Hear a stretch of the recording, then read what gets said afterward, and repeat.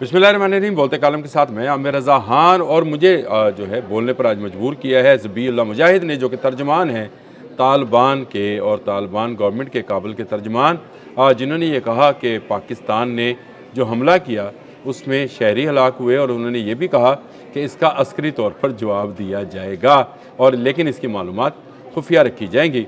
ये खुफिया मालूमात वाला मैंने कल एक व्लॉग किया था जिसमें मैंने ये बताया था कि इनका खुफिया मामला जो हैं वो इस तरह के हैं कि ये दहशत गर्दी का सहारा लेते हैं और इसी को ये अपना सबसे ज़्यादा कीमती हथियार समझते हैं। और ज़बीहुल्लाह मुजाहिद का आज का बयान मेरे उस व्लॉग की बिल्कुल अक्कासी कर रहा है कि ये अस्करी जवाब क्या देंगे, इनके पास क्या कौन कौन सा असला है, वो सब मेरे पास मालूमात हैं और सब दुनिया के पास है। लेकिन ये दुनिया के लिए एक ख़तरा बन चुके हैं और पूरी दुनिया जो है अब इस बात को नोटिस कर रही है कि अफ़गान तालिबान जो हैं वो दुनिया के अमन के लिए ख़तरा है। लेकिन पाकिस्तान के लिए तो ये डे फर्स्ट से ही ख़तरा है। आज के व्लॉग का मौजू ज़बीहुल्लाह मुजाहिद को मैं इसलिए नहीं बनाना चाहता कि क्या पिद्दी और क्या पिद्दी का शोरबा मैं अक्सर कहा करता हूँ और पी के भांग किसी चूहे ने शेर को जा ललकारा। ये शेर को ललकार रहे हैं, जानबूझकर ये इस तरह का माहौल बना रहे हैं। भारत की शय पर जो भारत की भांग पिए बैठे हैं वो पाकिस्तान को ललकारना चाहते हैं। लेकिन अगर इनके बाप भारत का मुकाबला किया तो ये तो किस खेत की मूली है, ये आप भी समझते हैं। लेकिन आज मैं आपको बताना चाहता हूँ ख़ासकर उन लोगों को जो अफ़गान तालिबान के हमायती बने फिरते हैं, कभी किसी मसलक की बुनियाद पर, कभी ज़ुबान की बुनियाद पर, लसान की बुनियाद पर और कभी कौमियत की बुनियाद पर, कभी कबीले की बुनियाद पर, उन सब के लिए मैं आज ये व्लॉग यहाँ आपसे बात कर रहा हूँ बोलते कालम में। देखें, सबसे पहली बात यह है कि अफ़गानिस्तान ने पहले दिन से डे फर्स्ट से हमें तस्लीम नहीं किया। ये 30 सितंबर 1947 जब पाकिस्तान को बने चंद दिन हुए थे। अगस्त में पाकिस्तान बनता है 14 अगस्त को और सितंबर में हमने अक़वाम मुत्तहिदा की रुकनीत के लिए दरख्वास्त की। तो पूरी दुनिया में अगर कोई मुल्क जो था उसने पाकिस्तान की मुखालफत की थी तो उसका नाम अफ़गानिस्तान था। यहाँ के लोगों ने पाकिस्तान को तस्लीम करने से इनकार कर दिया और 47 में ही यानी 47 में ही अफ़गान एलची नजीबुल्लाह ने नौज़ैदा मुस्लिम रियासत पाकिस्तान को फाटा से दस्तबरदार होने का कह दिया और कहा कि समुंदर तक उसे रास्ता दिया जाए, यानी एक ऐसी राहदारी दी जाए जिस पर कंट्रोल जो है वो अफ़गानिस्तान का होगा और अगर ये नहीं दिया जाएगा तो आपके साथ जंग की जाएगी। ये मैं अपनी तरफ से नहीं कह रहा हूँ, मैं आपको रिकॉर्ड और हिस्ट्री की बात बता रहा हूँ। ये चाहते ये थे कि इनको एक राहदारी दी जाए ताकि ये लैंड लॉक मुल्क जो है किसी समुंदर तक पहुँच सके।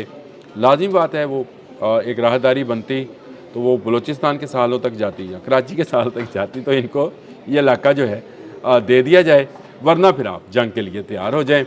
और इन्होंने जंग की धमकी दी और इस कायद-ए-आज़म ने इस अहमकाना मुतालबे का जवाब तक देना पसंद नहीं किया। 1948 में अफ़गानिस्तान ने कबाइल के नाम से एक नई वजारत बनाई, यानी अफ़गानिस्तान के अंदर एक वजारत कायम की गई जिसका मकसद कबीलों के, अफ़गानिस्तान और पाकिस्तान में मौजूद मुश्तरका कबीले, बहुत सारे कबीले ऐसे हैं जिनके कुछ लोग अफ़गानिस्तान में बाद हैं, कुछ पाकिस्तान में हैं, तो कबाइल के नाम से एक वजारत बनाई जिसका मकसद और काम सिर्फ ये था कि वो पाकिस्तान के ख़िलाफ़ कबाइलियों के दिलों में नफ़रत बने और इसके लिए बाकायदा फ़ंड मुख्तस किया गया।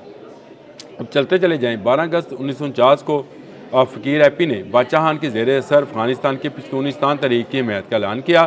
अफ़गान हुकूमत ने इसका खैर मकदम किया।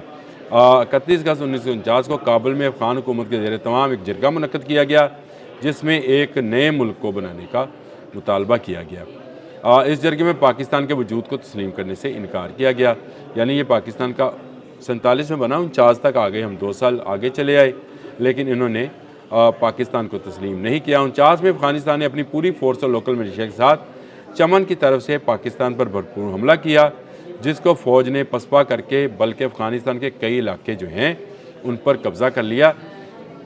ये हमसे अस्करी जंग, मैं सिर्फ ज़बीहुल्लाह मुजाहिद को हिस्ट्री बता रहा हूँ जिसने ये बात कही है कि वो अस्करी जवाब देगा। तुम अस्करी जवाब देने के काबिल होते तो क्या ही कहना था, तुम सिर्फ दहशत गर्दी के काबिल हो जो तुम कर सकते हो, नहत्ते लोगों को निशाना बना सकते हो। फ़ौज का मुकाबला तुम क्या, तुम्हारा बाप भी भारत जो है वो भी नहीं कर सकता, जिसके साथ आजकल मोहब्बत की स्विंग ले रहे हो, पींगे बढ़ा रहे हो।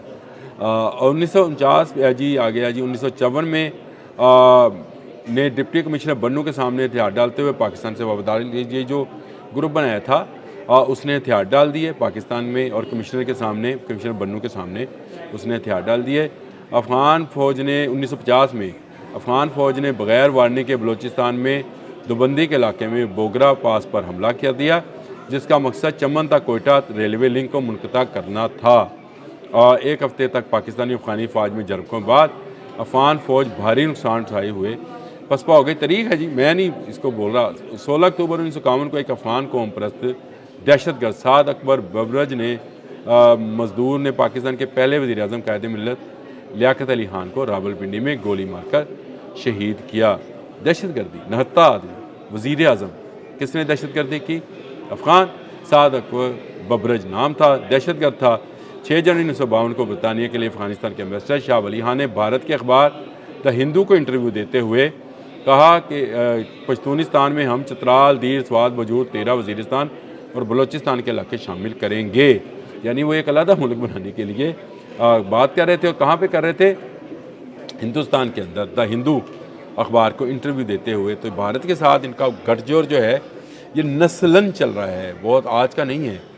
जब से पाकिस्तान बना है ये भारत के साथ खड़े हैं। हाँ, हमने इन 40 लाख अफ़गानों को यहाँ पर पनाह दी थी रशिया के ख़िलाफ़। हाँ, हमने इनकी मेज़बानी की थी। हाँ, हमने इनके बच्चों को यहाँ पर तालीम दी है। हाँ, हमने इनके बच्चों को यहाँ पे ज़िंदा रहने और माशरत सिखाई है। लेकिन ये सिविलाइज नहीं होंगे, ये उसी तरह से जो है वो रहेंगे दहशतगर्द। 28 मार्च 1955 में अफ़गानिस्तान के सदर दाऊद खान ने रूस की शह पर पाकिस्तान के खिलाफ इंतहाई जहर अमेज़ तकरीर की, और जलालाबाद और कंधार में अफ़गान शहरियों ने पाकिस्तानियों के खिलाफ पुरतशद्दुद मुजाहरों का जो है वो शुरू कर दिए, जिसके बाद बड़ी मुश्किल से पाकिस्तान ने अपने पाकिस्तानियों को अफ़गानिस्तान से निकाला था। ये पहले रशिया के अलाकार थे।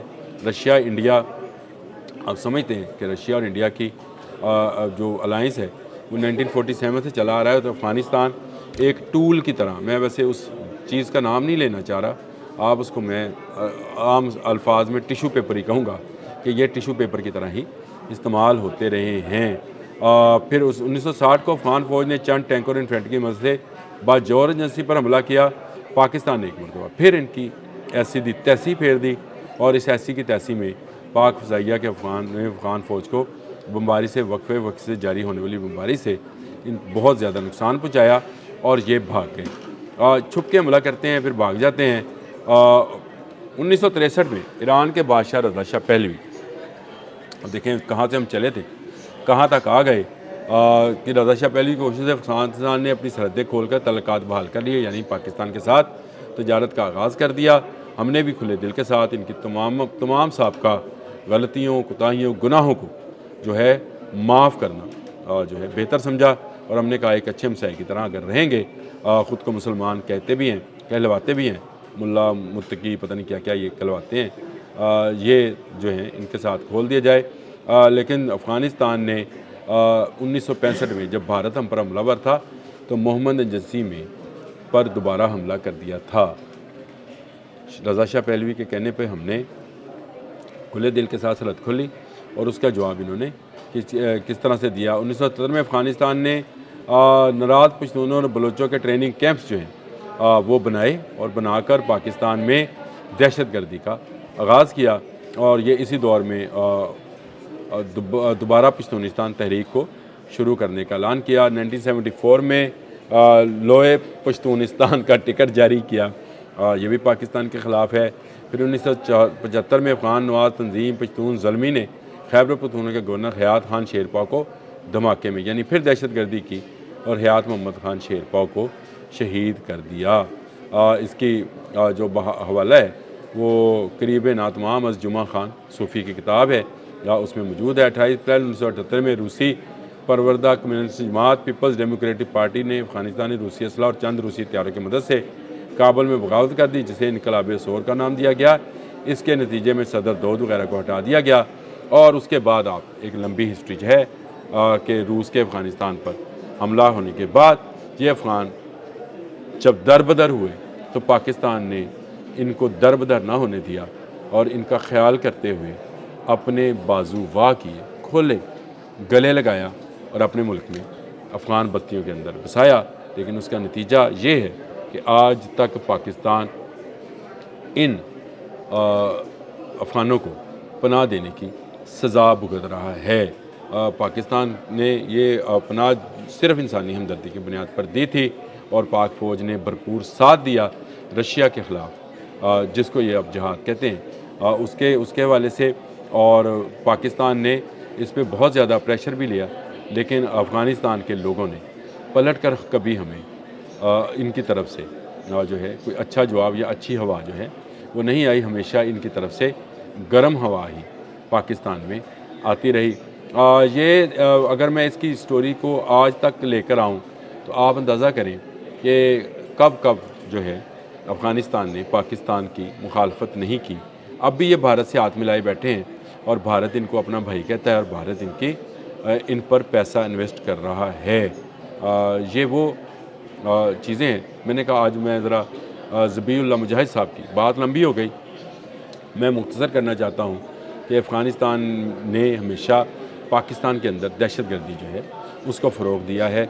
ये इनकी एक हिस्ट्री है, ये इनकी सरिश्त है और इस सरिश्त के तहत ही ये पाकिस्तान को नुकसान पहुँचाने और मुसलमान भाइयों को नुकसान पहुँचाने से के दर पे रहते हैं, दहशतगर्दी करते हैं, नहत्ते लोगों को निशाना बनाते हैं।